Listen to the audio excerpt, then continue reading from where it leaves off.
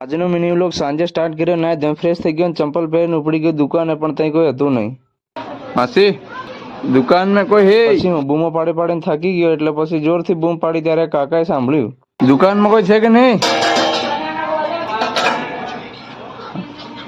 ચા આપો ને. છાસ.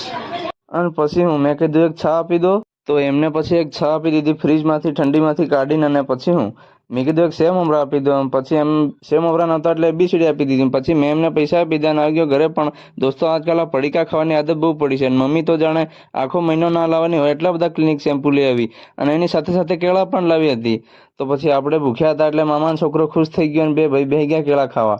મસ્ત કેળા ખાઈ લીધા અને પપ્પા પનીર લાયા હતા, એ પનીર વાળી નાખ્યું. પછી મમ્મી કે મારા કડિયા કામનો હિસાબ બાકી છે, તું મને કરી આપે એમ કે. તો પછી મેં કરી આપ્યો હિસાબ અને ગીતાબેનનો નંબર લખ્યો. ને પછી શું એટલે આમ તો ખાવા બની ગયું હતું એટલે પનીરનો રોટલો ખાઈ લીધો.